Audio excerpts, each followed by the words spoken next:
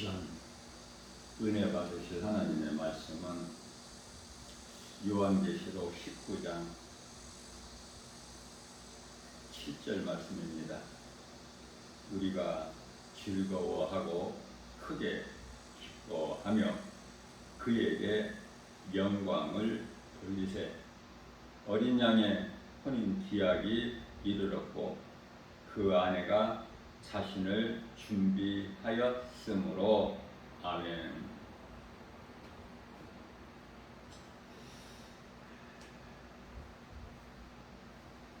한동안 비가 많이 와서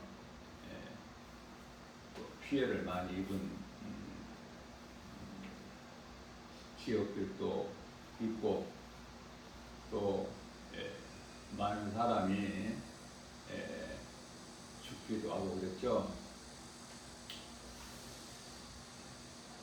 이제 장마가 끝나고 불볕더위가 다음 주까지는 계속된다고 하는데 우리나라뿐만이 아니라 세계적으로 이상기후 때문에 사람들이 많은 고통을 겪고 있습니다. 이게 뭐 이상한 일이 아니죠. 예수님이 오실 때가 이제 다 됐기 때문에 그때 나타날 여러 가지 징조들 가운데 하나 아닙니까? 예수님께서 마태복음 24장 감람산 설교에서 말씀하신 것처럼 인자가 올 때 이러한 징조들이 나타나리라 말씀하셨어요.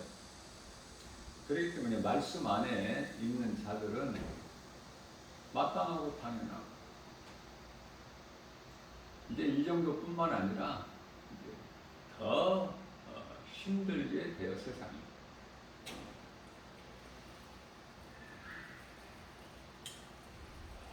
전쟁이 있게 되고 기근이 있게 되고 질병이 있게 되고 지진이 있고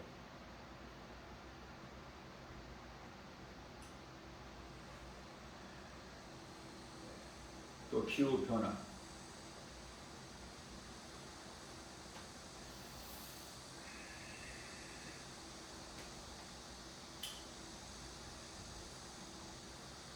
휴가철이라고 말하는 한 무더운 더위를 며칠 피해서 피서철이라고 그러죠.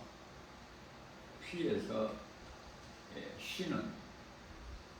그래서 오늘이 지금 8월 시작되는 날인데 대부분 영업장들이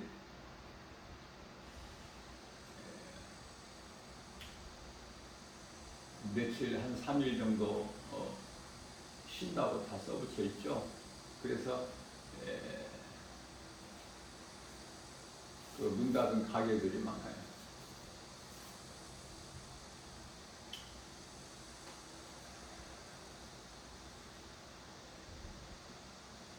그런데요, 그리스도인이라면은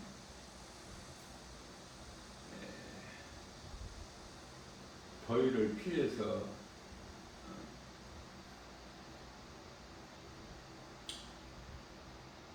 어디 시원한 곳을 찾아서 며칠 쉬는 것도 좋겠지만은 그리스도인이라고 더웁지 않습니까? 그러나 교회보다 더 시원한 곳은 없어요.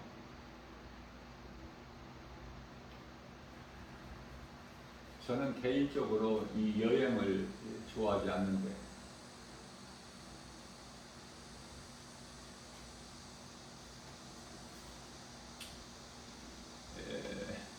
예수님을 마음에 영접하기 전에는 먹고 살기 바쁘고 생활에 여유가 없다 보니 여행 갈 그런 마음의 여유가 없이 살아왔어요. 먹고 살기 위해서만. 그러나 지금은 이제 예수님과 동행하는 인생을 살다 보니까 부요하죠.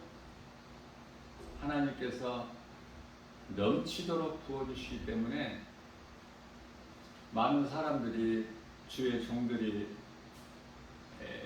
말하기를 대부분이 물질적으로 어렵다 그래요. 그것은 없어서가 아니라 내면적으로 보면은 정말 없어서가 아니라 내려놓지를 못해서 그래요. 내게 있는 것이 내 것이 아니고 주님이 내게 맡겨주신 것이라고 내가 생각을 바꿀 때 내게 있는 것이 너무 많아. 그래서 하나님께 감사하는 거예요. 내 것이 아니라 하나님께서 주신 것이기 때문에 부족함이 없어요. 그래서 물질이 없어서 지금 여행을 가는 것이 아니라 물질이 없어서 여행을 못 가는 것이 아니라 마음이 없어요. 교회가 제일 시원해. 교회 중심으로 살 때 마음이 그토록이나 기쁘고, 무엇보다도 교회에서 말씀과 기도로 찬송으로 깨어있는 것이 바로 하나님의 나라를 이루어져 있기 때문에 전부가 다 하나님 말씀, 우리 예수님께서 말씀하신 것이 이루어지는 것을 믿는 자에게 더우면 더운 대로, 추면 추운 대로 하나님의 말씀을 믿는 믿음으로 이기고 나가는 거 아닙니까? 더웠다 하면 더 더워, 춥다 하면 더 춥고, 가난하다 내 데는 없다, 더 가난해.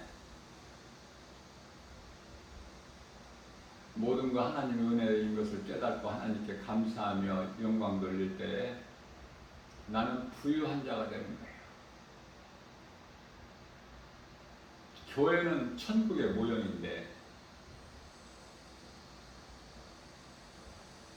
교회보다 더 좋은 것이 없는데 어느 곳을 찾아서 여행을 가느냐고 말이에요. 더 좋은 곳이 있어요?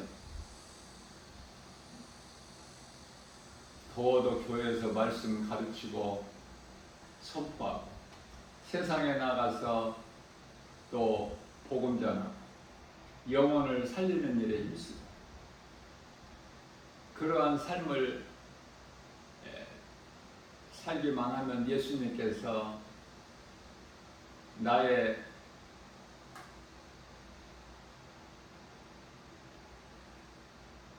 삶을 도와주시는 거예요. 그래서 잘 되는 거예요. 성도들은 교회 중심으로 살아야 되고, 무엇보다도 성도들의 삶이 말씀을 떠나서는 안 되고, 또 삶의 우선순위가 항상 예수님께 있어야 돼요. 출애굽기서 20장 5절에서 하나님은 질투하시는 하나님이시기 때문에 내가 하나님을 먼저 생각하고 하나님을 사랑하고 그렇게 살려고 할 때 하나님께서는 우리의 환경과 형편과 처지를 다 아시기 때문에 구하지 않아도 다 주셔요. 내 삶을 통해서 내 믿음이 드러나게 되면 구하지 아니하는 것도 다 주신다.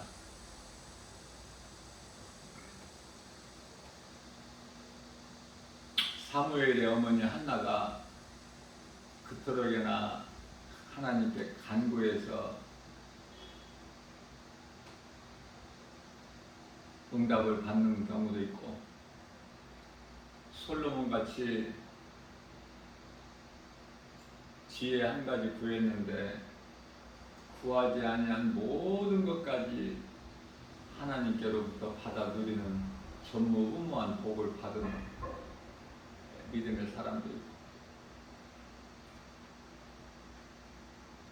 그래서 솔로몬이 기록한 전도서에 인생이 무엇인가에 대해서 그토록 바르게 가르쳐주고 있는 것입니다. 인생을 살면서 우리는 짐승이 아니기 때문에 인생이 무엇인지 정도는 알고 살아야 될 거 아닙니까?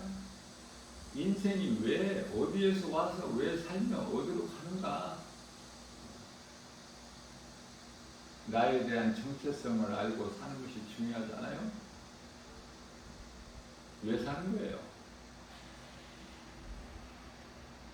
전부가 다 먹고 마시고 시집가고 장가가고 사고 팔고 심고 거두는 것이 인생 아닙니까?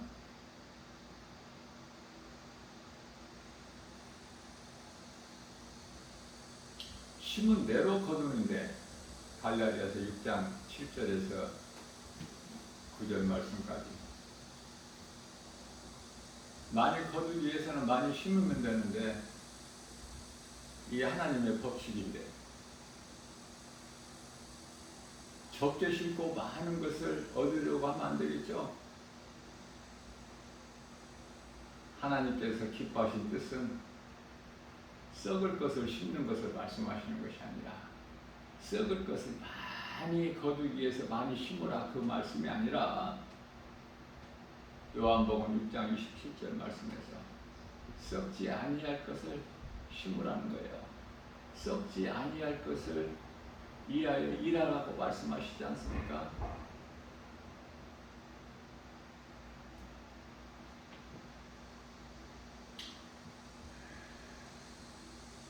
우리가 기도할 때 믿음 주시라고. 믿음이 약해서 넘어지기 때문에 청년들이 길을 가다가, 아니 뛰어갈지라도 넘어집니까? 누가 넘어져요? 어린아이가 넘어지지. 아직 약해서 힘이 안 붙어서.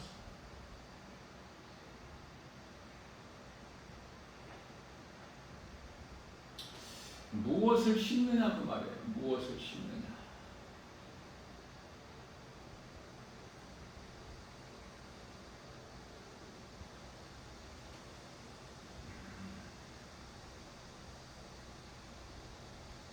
심은 대로.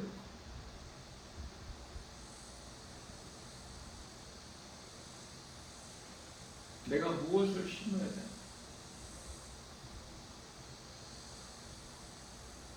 십자가에서 못 박혀 피 흘려 우리를 살리신 예수님을 내가 믿는다면은, 우리는 이제 예수님을 위해서 사는 것이 마땅한 거 아닙니까? 고린도후서 5장 14절에서 15절, 예수님께서 십자가에 달려 죽으신 것은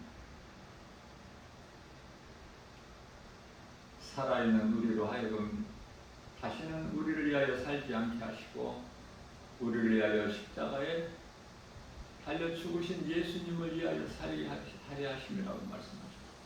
로마서 4장 25절에서 예수 그리스도께서 십자가에 달리신 것은 우리의 죄 때문에, 다시 말하면 예수님은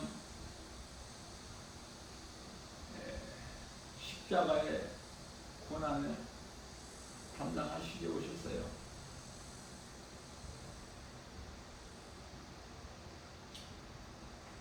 가룟 유다가 유대교 지도자들에게 팔고 싶어서 파는 것이 아니라, 가룟 유다는 예수를 팔아야 돼. 그리고 은 30을 받아야 돼. 그 대가로. 그거는 베드로전서 2장 25절 말씀에서 감독자 되신 예수님께 있는 그 각본대로 연출자가 연출함과 같이, 감독자는 예수님이시고 모든 악한 자나 선한 자가 다 연출자, 아담을 비롯하여 아브라함, 노아, 모세나 팔립, 전부가 다 연출자.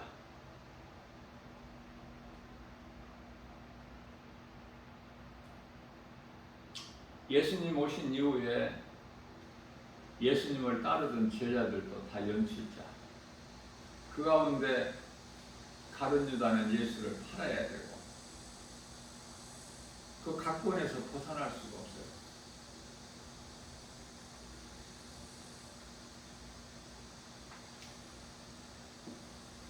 각본상 성도들은 나 한 사람 한 사람이 어떤 연출을 해야 되는가. 우리가 영화를 보게 되면은, 저는 영화를 한 10년에 한 번 정도는 봐요. 드라마는 일체 보지를 않고 전부 거짓되기 때문에, 보는 자의 마음을 다 도둑질하기 때문에, 그런 것을 통해서 가요나 드라마나 영화나 연극이나 어떤 예술이나 그런 것들을 통해서 세상의 마음을 빼앗기기 때문에,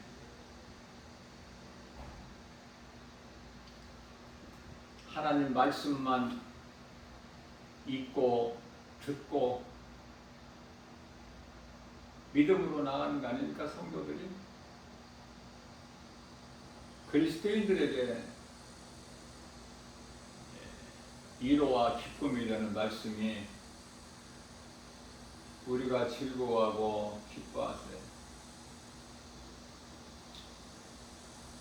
하나님 아버지께 영광을 돌리자.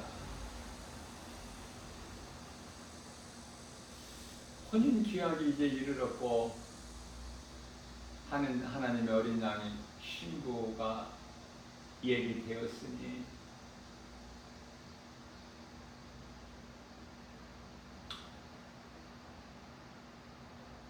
요한계시록을 어렵게만 생각하니까 어려운 거야.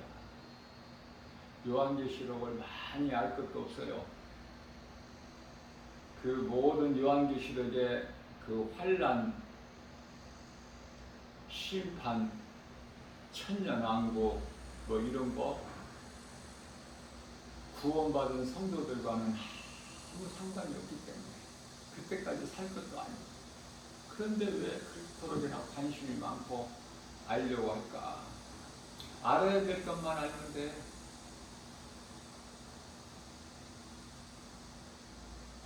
요한계시록 2장 3장 7교회가 예수님 오셔서부터, 초대교회에서부터 이 2000년이 지난 이 마지막 때를 살면서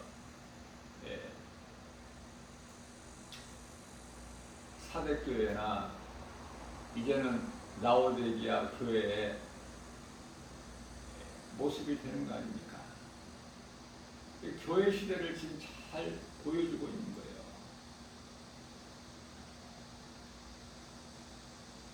요한계시록 2장 3장이 교회 시대. 그래서 4장서부터는 교회라는 말이 안 나와, 한 번도.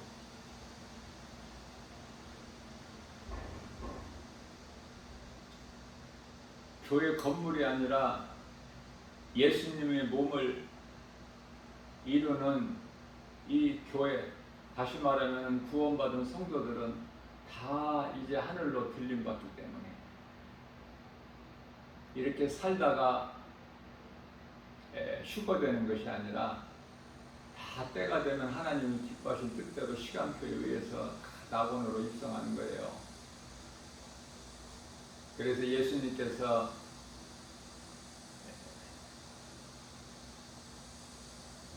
일곱째 나팔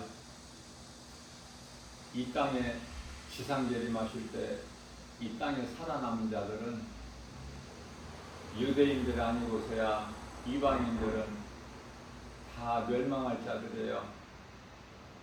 구원받은 성도들이 천국 왕국 시대를 살 일이 있나요?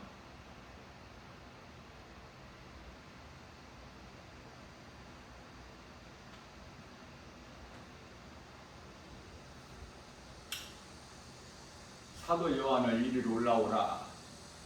그래서 사도 요한이 다 본 것을 기록해 놓은 것이 요한계시입니다. 이제 임봉하지 말라고 말씀하신 때가 다 됐기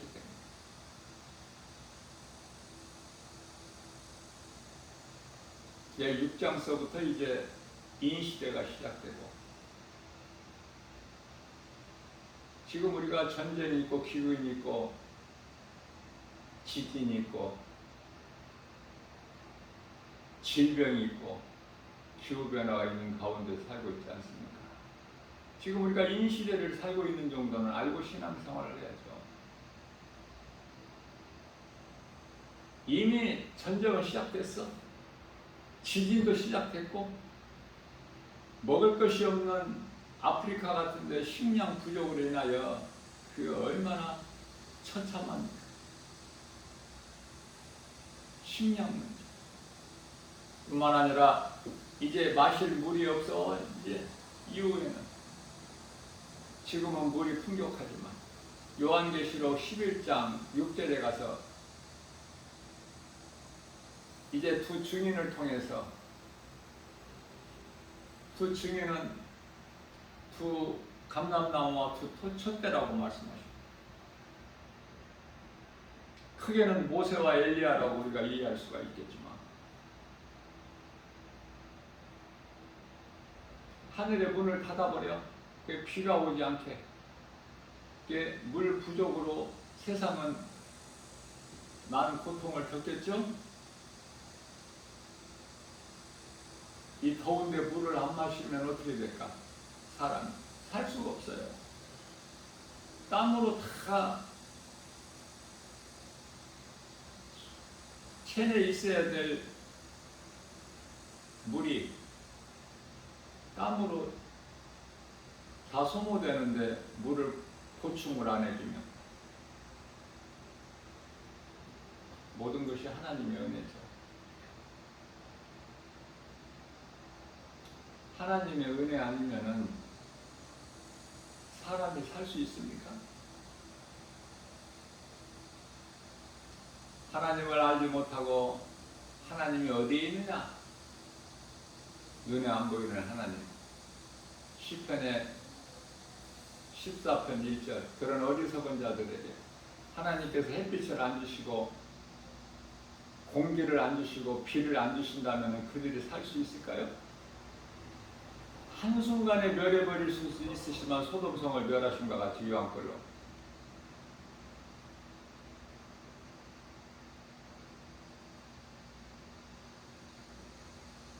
하나님께서 택하신 자녀들이 하나님께 속한 백성들이 이 세상에 살고 있기 때문에 요한복음 3장 16절에서 하나님께서 세상을 이처럼 사랑하사 아브라함이 소돔성 멸망하지 않기를 바라는 것은 소돔성이 좋고 사랑해서가 아니라 사랑하는 조카 롯이 그 성 안에 살고 있기 때문에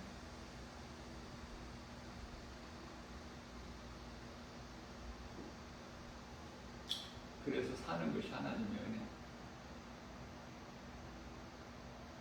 날씨가 더웠다고 피서가고 잠깐 며칠 동안 더위를 피하는 것이 아니라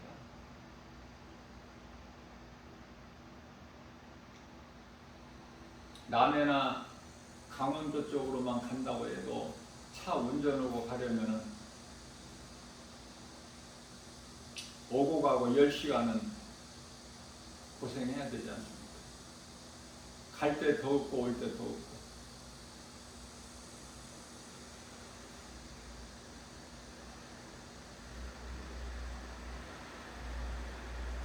하나님의 말씀을 들으면은 더위도 물러가. 하나님의 말씀은 영원히 사는 생명이기 때문에 더울 때는 시원하게, 시원할 때는 따뜻하게 해주셔요. 온기가 느껴져.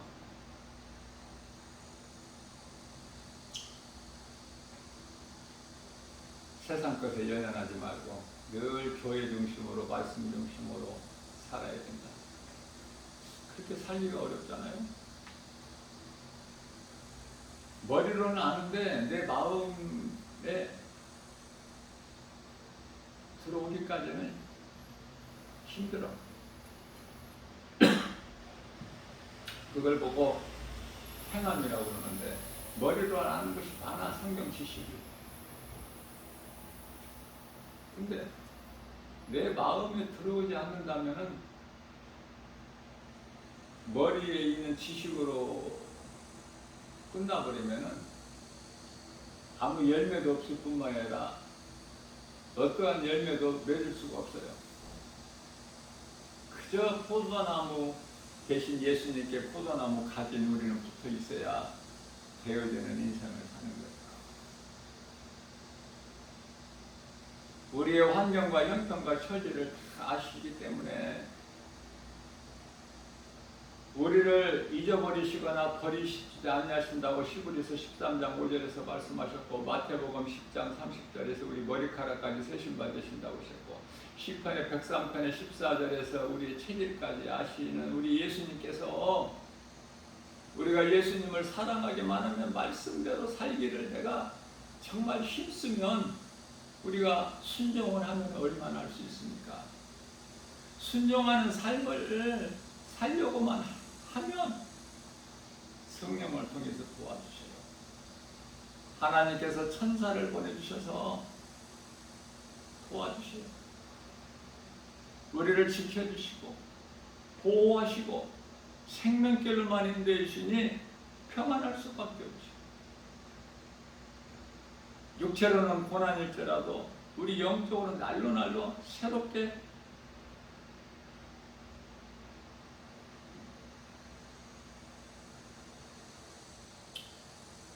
우리 속사람이 잘 된다 그 말이에요. 다시 말하면 우리 영이 잘 돼. 영이 잘 돼야 돼. 영이 천국 가거든. 영이 천국에서 영생복락을 누리기 때문에.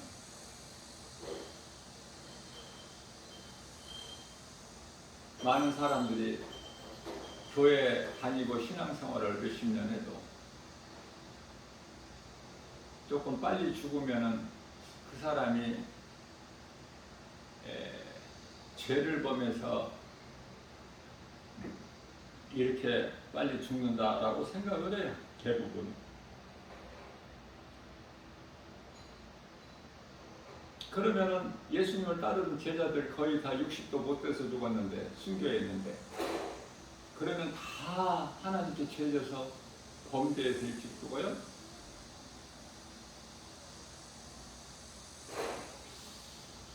사람이 인생을 살면서 건강하고 장수하고, 건강해야 장수하지.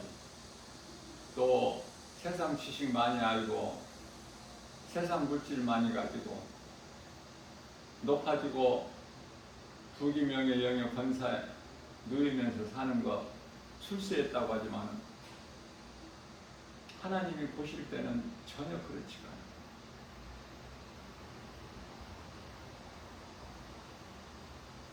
세리의 기도를 하나님께서 기쁘게 받으시고, 바리새인의 기도가 아니에요. 부자가 하나님께 드리는 헌금이 아니라 과부의 두렵돈을 기뻐하시죠?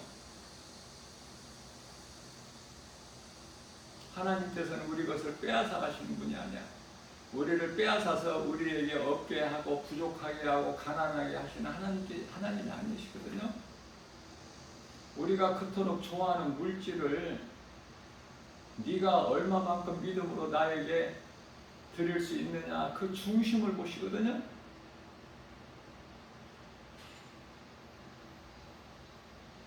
사무엘상 16장 7절에서 이 중심을 보셔요. 하나님의 말씀에 순종해서 내가 하나님 기뻐하실 뜻 가운데로 행하려고 하느냐, 행하려고 할 때 도와주시고, 시편의 81편 10절에서 믿음으로 입을 넓게 열어라, 내가 채우리니. 모세가 세상적으로 부족함이 전혀 없었어요. 바로 공주의 아들로 장성했어요. 애굽의 학문도 배웠고, 그러나 모세는 무엇보다도 어머니 요베개를 통해서 늘 너는 히브리인으로서 민족을 이에서 이래야 될 사람이라고 늘 마음에 새겨왔기 때문에 악인의 장막을 결코 좋아하지를 않아. 시편의 84편 10절이죠.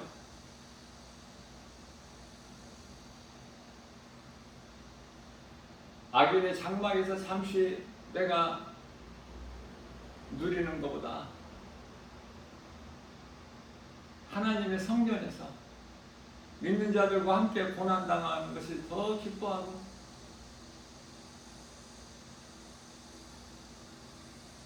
영원한 나라를 사모하고, 모세는 그렇게 살 수밖에 없어요. 왜냐하면 각본상 모세라는 사람은 그렇게 살아야 되기 때문에 거기에서 벗어날 수가 없어요. 애굽의 바로 왕은 그렇게 악해야 돼요.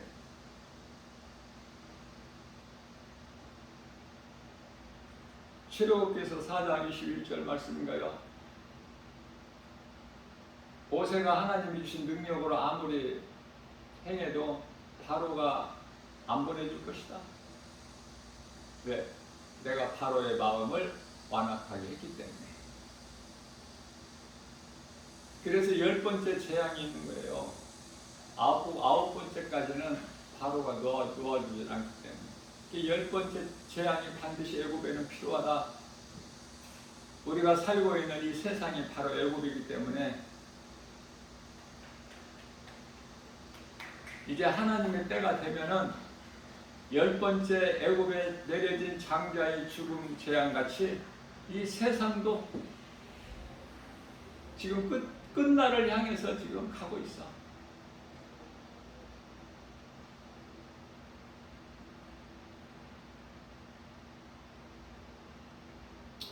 요한계시록 11장 11절에서 이리로 올라오라. 왜 구원받은 성도들을 다 낙원으로 입성하게 하셔요? 이 모양 저 모양으로. 바로 이어서 15절에 가서 예수님께서 마지막 나팔 소리와 함께 이제 이 지상으로 재림하십니다. 그러면 혼인잔치는 언제 이루어지는가? 마지막 나팔, 7째 나팔이 울릴 때 혼인잔치가 이루어지는 것이 아니에요. 그 이전에 공중으로 강림하셔서 먼저 낙원에서 잠자고 있는 구원받은 성도들의 영이 먼저 살아나고, 그리고 이 땅에 남아있는 유대인들, 데살로니가전서 4장 16절에서 18절에서 말씀하고 있죠. 뿐만 아니라 고린도전서 15장 51절 마지막 나팔. 하나님 말씀을 부분적으로만 알면은 안 돼요. 전체적으로 그 하나의 숲으로 봐야 돼요. 숲을 보고 나무 하나를 봐야지. 전체적으로 못 보고 나무 하나만 보게 되면은 전혀 다르게 되기 때문에. 예를 들면은 두 짐승의 시대의 요한계시록 13장 15절에서 18절 말씀이죠. 짐승의 표 666에 대해서 머리에나 팔에, 오른팔에, 오른손에 받지 말라고 그랬죠. 머리에나 오른손에. 그러면 왼손에는 받아도 되잖아. 그래서 다음 장인 요한계시록 14장 9절에 가서 왼손 오른손 할 거 없이 손이나 이마에 받지 말라는 거예요. 그거 받으면은 그 몸을 지극히 작은 미세한 칩이 새겨지게 되면은 사탄이 주관해버려. 그걸 받지 않는 거예요. 오른손이나 왼손이나 그 따지지 말고 이마나 손에 받는 것은 안 되는 거예요. 그러니까 그걸 안 받게 되면 죽어. 그 표를 안 받는 자는 누구든지 다 죽이라 사탄이 명령했기 때문에 적그리스도와 거짓 선지자들에게 다 죽는 거야. 살 수가 없어요.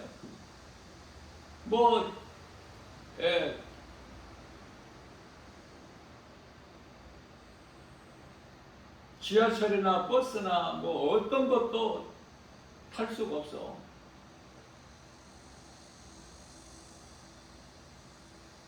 기차나 택시도 마찬가지, 비행기도 마찬가지. 움직일 수가 없는데 이동수단이 끊어져 버려. 그 짐승의 표 안 받으면 모든 것은 그걸로 다 통용이 되기 때문에. 그리고 사고 팔고를 못해. 죽는 거예요. 너무 그 고통이 참혹하기 때문에 요한계시록 14장 13절에서는 이후로는 주 안에서 죽은 자들이 복이 있다. 예수님 은혜 구속 안에서 죽은 자들이 요한계시록 20장 6절에서 말씀하고 있는 첫째 부활이거든요. 첫째 부활에 참여하는 자는 복이 있다고 말씀하시는데, 이해를 돕기 위하여 요한복음 5장 29절에 보면은 하나님의 말씀을 듣고 선을 행하는 자는 생명의 부활로. 이게 첫째 부활이에요. 둘째 부활이라는 것은 이거는 이 둘째 사망에 이를 자들이야. 요한계시록 21장 8절인데 그들을 가르쳐서 요한복음 5장 29절에서 행하지 않는 자들이 심판의 부활론. 이게 둘째 부활이야. 그렇다면은 먼저 낙원에서 구원받은 성도들이 영원히 깨어나는데 이게 이제 첫째 부활인데, 그러면은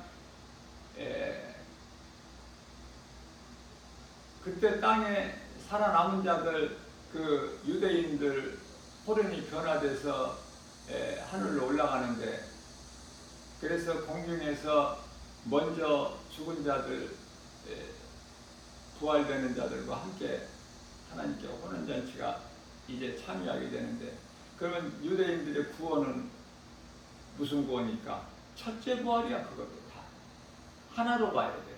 낙원에서 지금 일찍이 죽임당하고 다 믿음으로 구원받은 성도들의 영혼이 잠에서 깨어나는 그 부활과 이 땅에 남아있는 유대인들 호련히 변화되어 하늘로 올라가서 혼인잔치에 참여하는, 다 하나야. 첫째 부활로 이해를 하면 돼요.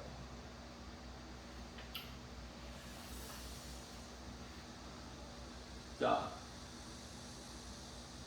그러한 맥락으로 보게 되면은 요한계시록 13장은 짐승의 시대고, 요한계시록 14장은 그 유대인들 구원을 위하여 입맞은 종들, 유대인들 복음 사역자들로 14만 4천이죠.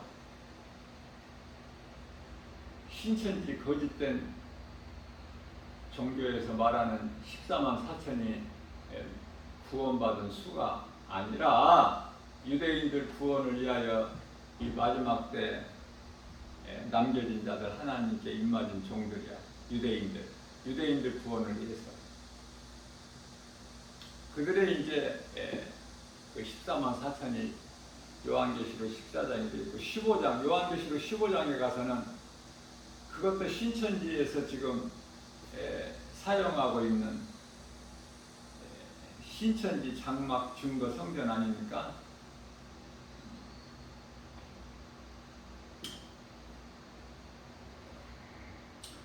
요한계시록 15장 5절 말씀이에요. 하늘의 증거 장막에 성전이 열리더라. 열리며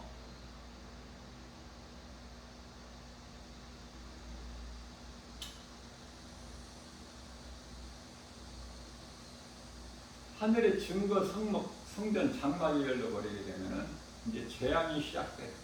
그래서 바로 이어서 요한계시록 같은 15장에서 증거장막 성전이 열리고 이어서 16장에 가서 이제 환란이 대환란이 이제 있게 되는데, 대환란이 있기 전에 유대인들은 다 구원받아요. 우리가 이해를 돕기 위하여 노아 홍수 심판 때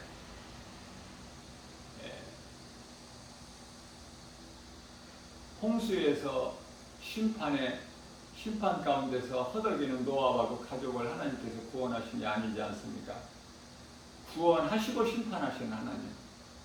이거 깨닫기만 하면 너무 쉬워.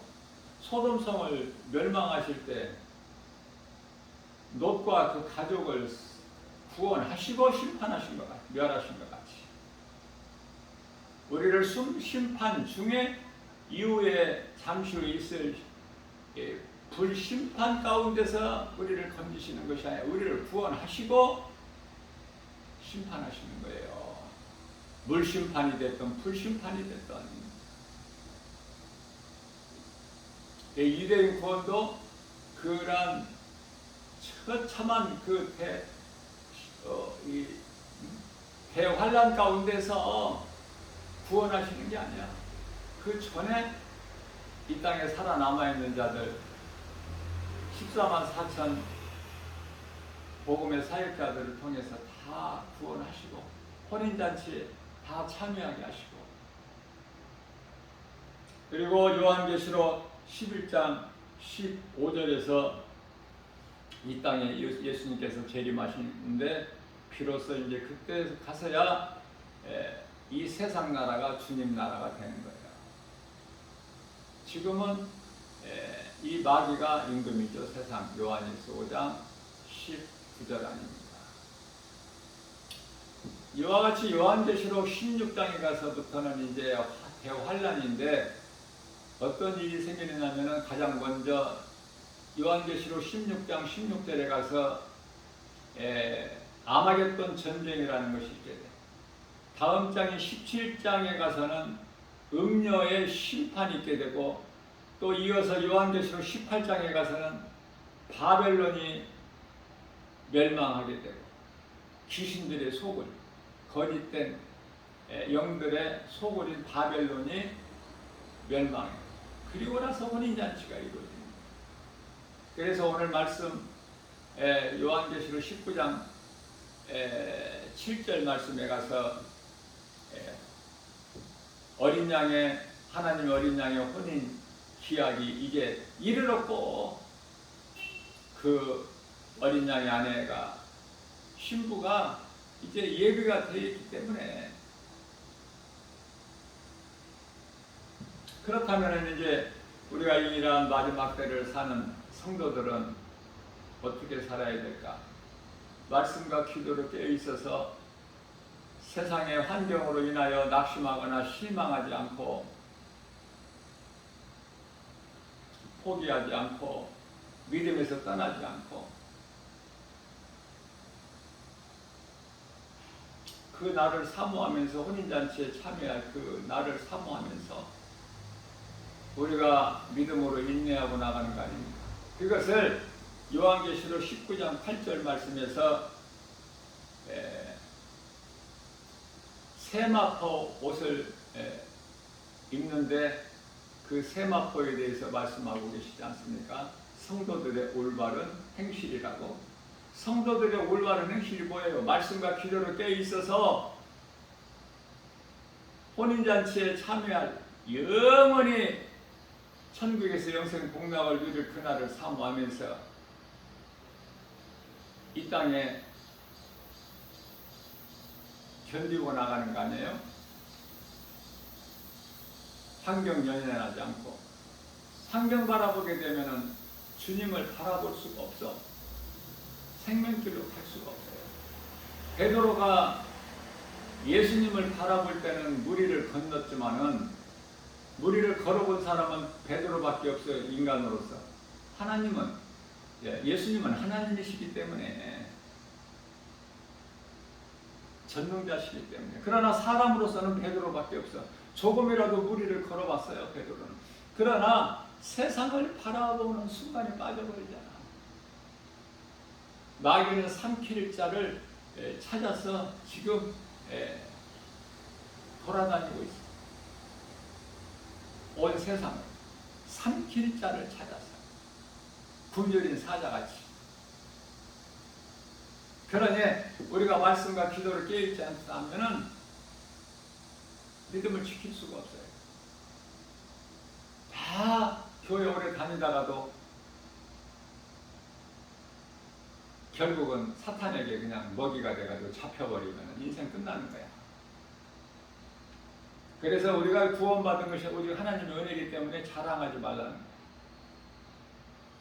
에베소서 2장 8절에서 9절 우리가 구원받은 것은 오직 하나님의 은혜요. 행위로 난 것이 아니니 우리가 열심을 내서 구원받은 것이 아니 하나님의 은혜.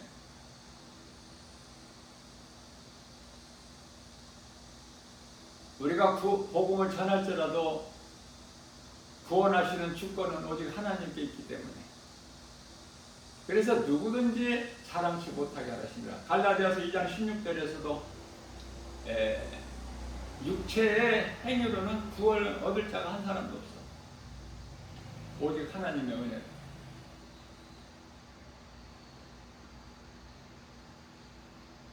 말씀으로 깨어 있어서 든든하게 우리가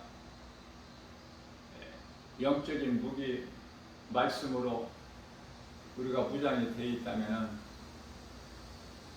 그 어떤 것도 그 거짓되고 가증한 그 어떤 것도 어떤 것으로 미혹이 와도 이길 수 있잖아요. 그러나 말씀으로 무장이 안 되어 있는 사람에게는 장로, 권사, 안수집사, 목사라도 다 넘어져 버려. 환경 앞에 사람으로 시험 들어. 하나님은 시험하시는 하나님도 아니고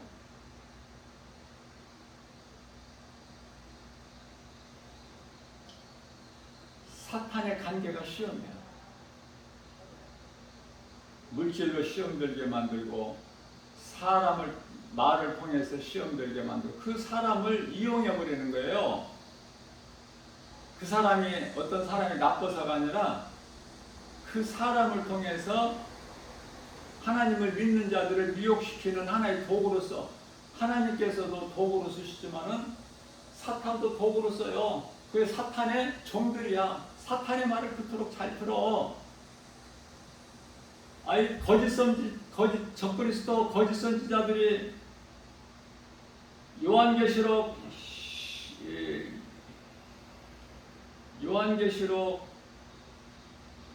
13장이죠. 4절과 7절에서 큰 영으로부터 권세를 받잖아. 그래서 거짓 선지자들은 적그리스도에게 경배하게 만들어.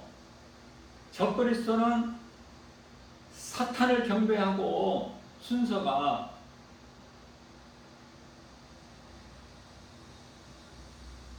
그래서 오늘날의 이 사람의 마음을 미혹하는 이 거짓된 이단 종교 집단들은 하나같이 전부 거짓 선지자들의 새끼들이야 전부.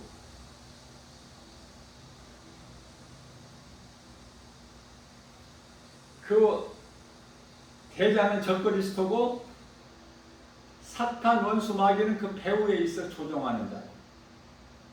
드러나지를 않아. 뒤에서 그 배후에 있어 조종하는 자로.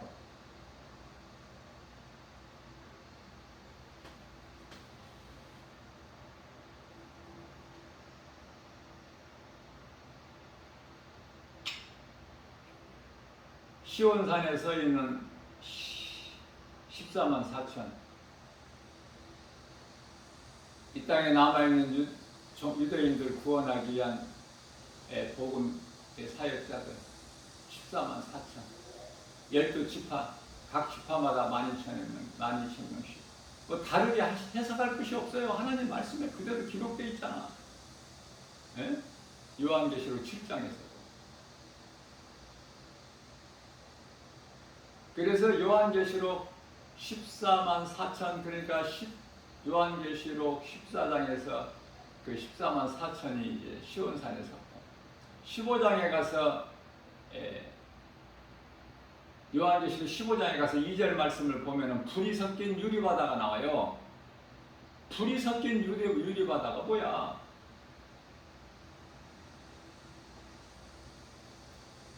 나 김바울 목사에게 성령께서 감동 주시기를 불이 섞인 유리바다.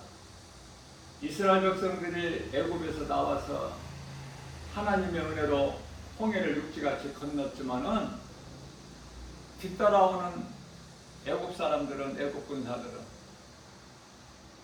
이스라엘 백성들이 하나도 남김없이 다 건너고 나서 뒤따라오던 애국 군사들 다 멸해버리시죠.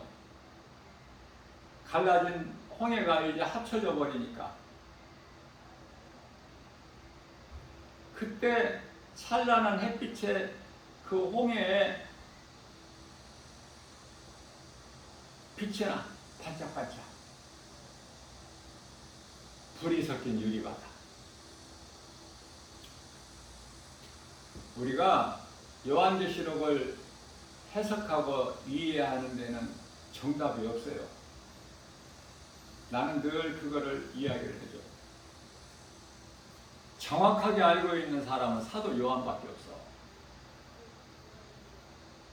그러면 우리는 성령의 충만함을 받아서 성령 충만함을 받은 자가 성령의 감동으로 깨닫게 해주시는 데까지만 깨달은 거예요.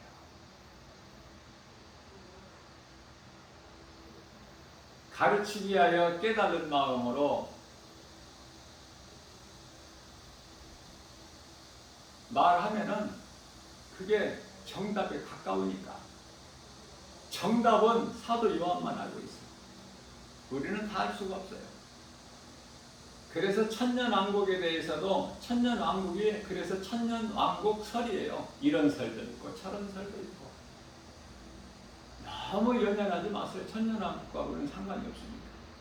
하나님의 말씀하신 대로 다 이루어지는데 뭐 그걸 우리 눈으로 꼭 봐야 돼? 예수님께서 도마에게 말씀하신 네가 보는 것으로 믿느냐 보지 않고 믿는 자가 되라. 하나님 말씀하신 건 그대로 다 이루어져. 뭐 궁금할 게 뭐 있어? 올해나 이 땅에 사는 동안에 말씀과 기도를 깨어 있어서 주님 기뻐하신 뜻 가운데로 행하며 살다가 세상에서 멸시천대 미움 조롱 받을지라도 믿음으로 세상 환경을 이기고 나아가기만 하면 하나님께 영광과 기쁨이 되는 거예요. 잘했다고 칭찬받는 거야.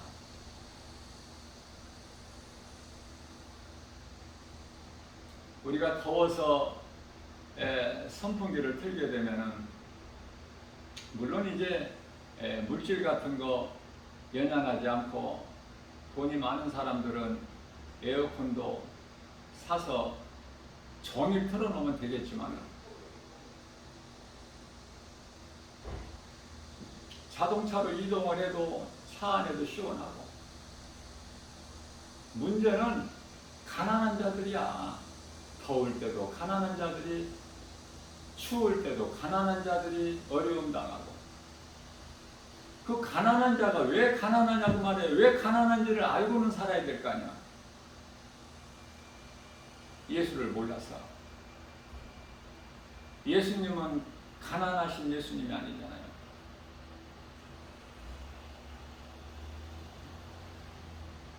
이사야서 66장 1절에서 하늘이 내 보좌요 땅이 내 발등상인데 예수님께 뭐가 부족해요?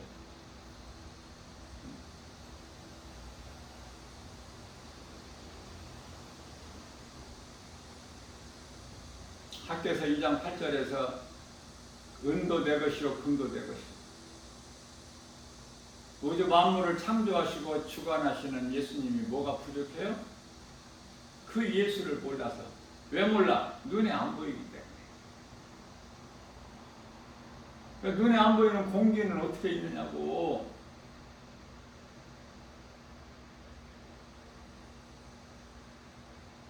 햇빛도 비도 중요하지만 더 중요한 것은 이 공기야. 왜냐하면 물과 햇빛이 없어도 얼마 동안은 살아. 그러나 공기가 없으면 바로 죽어버려.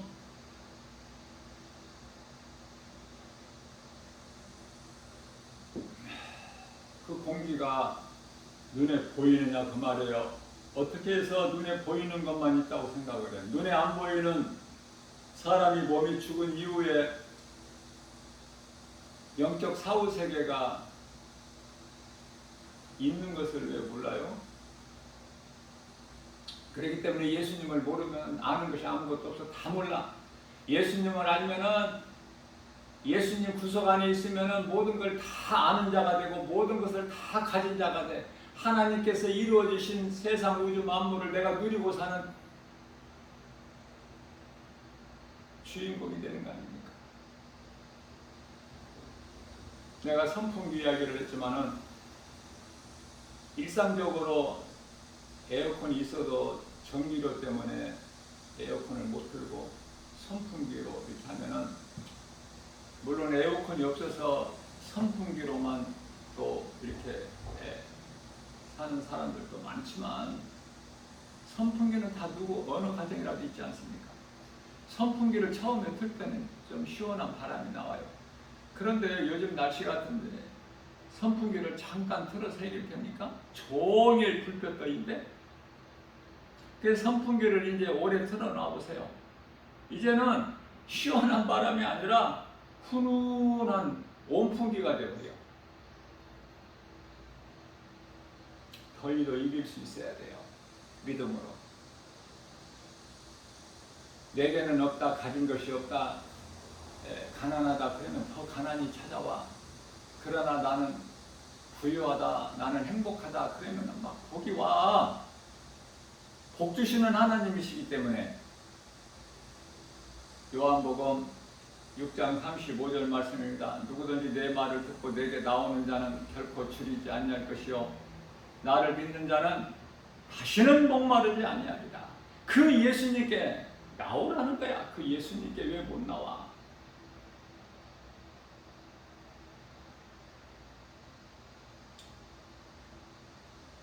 그저 물질로 시험 들고 사람의 말에 시험 들고 세상 눈에 보이는 이런저런 여러 가지 환경으로 시험 들고, 그래서 교회 다니는 사람들이 마지막 때 끝까지 이기지를 못하고 이 모양 저 모양으로 다 실족하고 자빠지고 넘어지고 엎드려지고, 은혜로 시작했다가 육체로 바쳐. 그들에게는 이제 무서운 심판과 지옥이라는 영원한 형벌만 있으니, 어떻게 처음부터 세상적으로 살다가 지옥 가는 사람보다 더 불쌍해? 믿었다가 믿으면서 떠난 사람들은. 다 잊어버려도 하나님의 은혜는 잊지 말아야 돼. 다 어떤 것도 몰라도 예수만큼은 알아야지. 예수는 우리를 사망에서 생명으로 건지시고, 내가 예수를 믿기만 하면 영원히 멸망할 자 나 같은 죄인이 영원히 사는 생명을 얻는, 이런 기쁨이 어디 있어요? 이 은혜가 어디 있습니까? 그 이름 예수 그리스도, 내 마음에 늘 모시고 성령의 인도하심과 도우심을 따라서 모든 우리 주님 말씀에 순종하여 행하려 할 때 다 이루어 주시는 예수님, 그 예수님을 만나야 돼요. 그 예수님의 몸이 교회 안에 있는 믿는 성도들의 각 지체들, 그래서 예수님께서는 그토록 너희는 서로 사랑하라고 말씀하신 거예요. 사랑하기 때문에 우리가 중보기도 하잖아. 사랑하기 때문에. 사랑을 하기만 하면 허다한 죄가 다 덮어지는 능력이 있어. 사랑에는 베드로전서 4장 8절 말씀이죠. 그 사랑은 복음이야. 어떤 흉악한 강도라도, 어떤 음란한 여자라도, 기생나합이라도, 가증한 이방족속 누시라도, 부도덕한 남편을 5번이나 바꾸고 6번째하고 남자하고 사는 그 수가성 여인처럼 예수를 우리 인생길에서 만나기만 하면 요한복음 4장 14절에서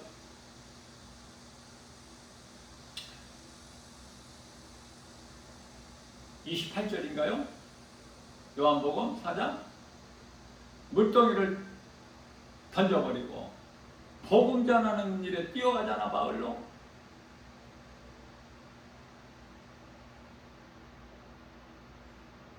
구원받은 한편의 강도나 수가성 여인이나 기생나합이나 이방족속 누시나 다 우리 아닙니까? 우리들의 모습. 나를 돌아보고 정말 내가 구원받을 믿음 안에 있는가?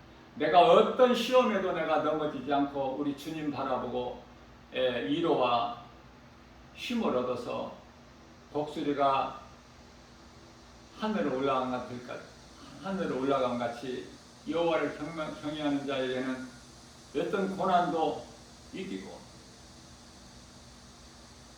예수보다 귀한 것이 없잖아요. 교회보다 더 좋은 것이 있어 세상에? 교회는 천국의 모형인데, 그러한 믿음을 가진 자들의 각 성도들의 마음 안에는 이미 하나님의 나라가 이루어져 있어요. 누가복음 17장 21절에서 우리가 몸이 죽어서 천국 가는 것이 아니라 이 땅에 몸으로 살아있는 동안에도 예수님께서 누가복음 10장 20절에서 너의 이름은 이미 하나님의 나라 그 보좌의 생명책에 기록이 되어 있다고 말씀하셔요. 그렇기 때문에 요한계시록 13장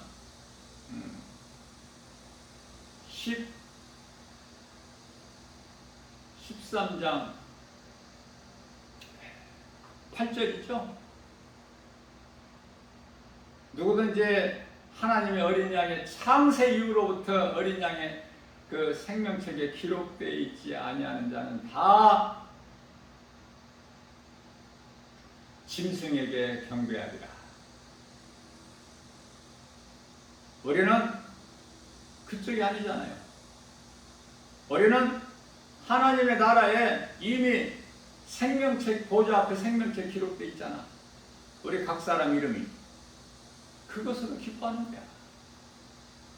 그것으로 부유한 거예요. 하박국서 선지자가 하박국서 3장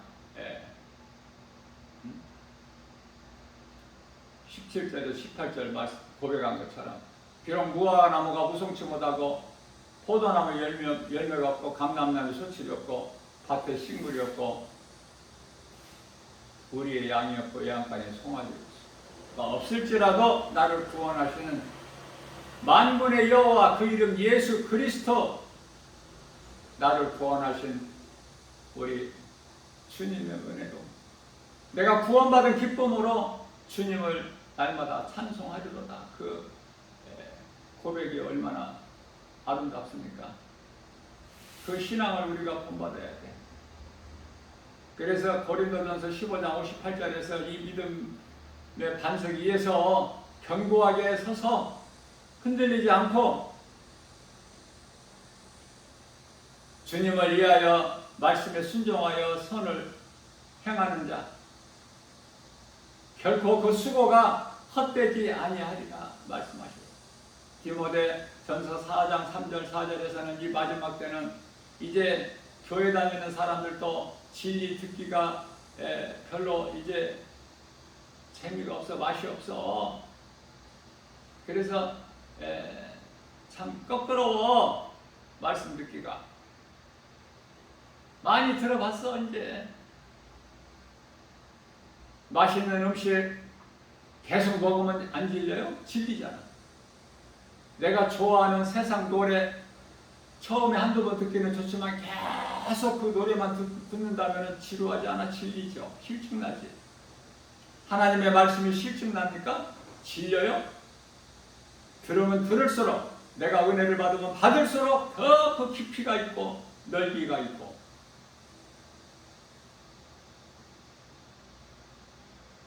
더 기쁨이 넘치고. 그래서 시편의 119편의 103절에서는 다윗이 고백하기를 하나님의 말씀은 내 입에 꿀송이보다 더 달다. 하나님의 말씀으로 나에게 위로가 된다. 시편의 119편의 50절 말씀으로 위로받고 엘리야같이 모든 걸 내려놓고 포기하고 싶고 끝을 내고 싶지만, 그러한 엘리야에게 하나님께 천사를 보내셔서 이제는 까마귀를 보내신 것이 아니라 전에 그린 시냇가에 감춰두시고 까마귀를 통해서 먹을 것을 공급하시는 것이 아니라 이제는 천사를 통해서 떡과 물을 공급해 주신 하나님.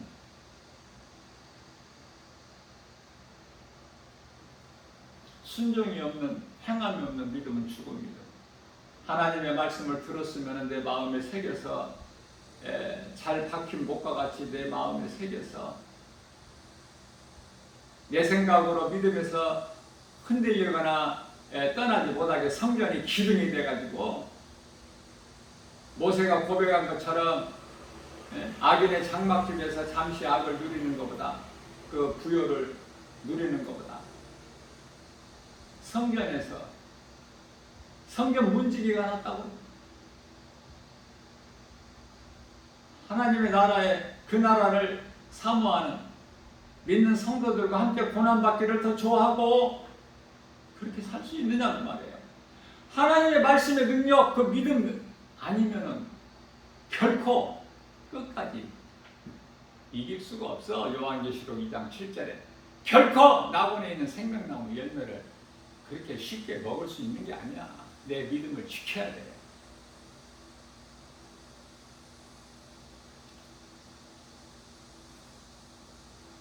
오늘 또 우리에게 새날을 주셨는데요, 우리 믿음이 얼마나 연약합니까? 나 김바울 목사도 정말 믿음이 연약해요. 큰 소리는 뻥뻥 쳐도 세상에 나가서 나를 비춰보면은 그렇게 나는 약한 자야. 그러나 우리 예수님을 생각하고 하나님의 말씀에 나를 비춰보면은 나는 그토록이나 부유한 자야, 행복한 자고, 기쁨이 넘치고 성령으로 충만하고, 천사가 와서 나를 지키고 보호하고 있고, 성령님이 내 영 안에 들으셔서 늘 나와 함께 계시니, 하늘에 계신 우리 하나님 아버지, 영광이 되는 삶을 살 수 있지 않습니까? 부족하면 부족한 대로 하나님께서 채워주시기 때문에. 그러나 다윗이 하나님께 범죄한 것은, 크게 범죄한 것은 밧세바와의 간음이 음란이지만은, 이것은 사람들이 알고 있지만은 또 한 가지 범죄한 걸 잘 몰라요. 그것은 다윗이 자기 힘을 과시하기 위하여 요압 장군을 통해서 인구조사하게 해요. 하나님이 기뻐하시지 않는 거예요. 어떻게 보면 요압 장군만큼도 믿음도 못했어. 전체적으로 다윗이 그랬다는 것이 아니라 마음을 세상에 빼앗겼을 때, 사탄의 미혹을 받았을 때 순간적으로 하나님을 잊어버려. 그 인구조사여라. 다윗에게 요압 장군이 주여, 지금 있는 것으로도 우리는 충분하고 또 부족한 것이 있으면 부족하다면 부족한 걸 아시는 하나님께서 다 더 주시리니 왕이 하나님께 구하기만 하면 하나님께 다 주실 것인데 왜 하나님께서 기뻐하시지 않는 인구조사를 하라고 하시나이까? 왕이시여,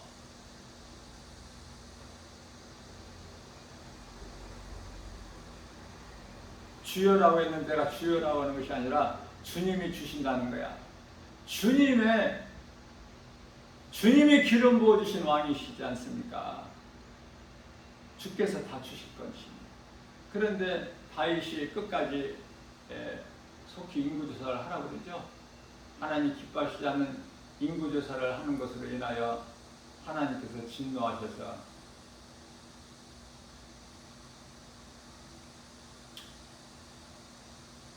그것으로 인하여 이스라엘 백성들을 7만 50명이 무려 7만 50명이 죽임을 당하는, 무엇으로? 전염병으로.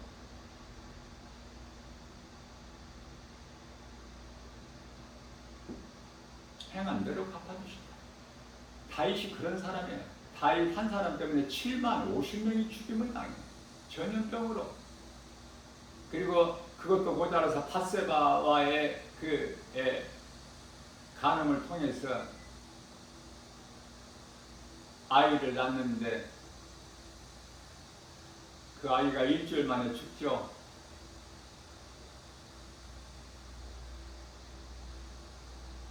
그리고 나서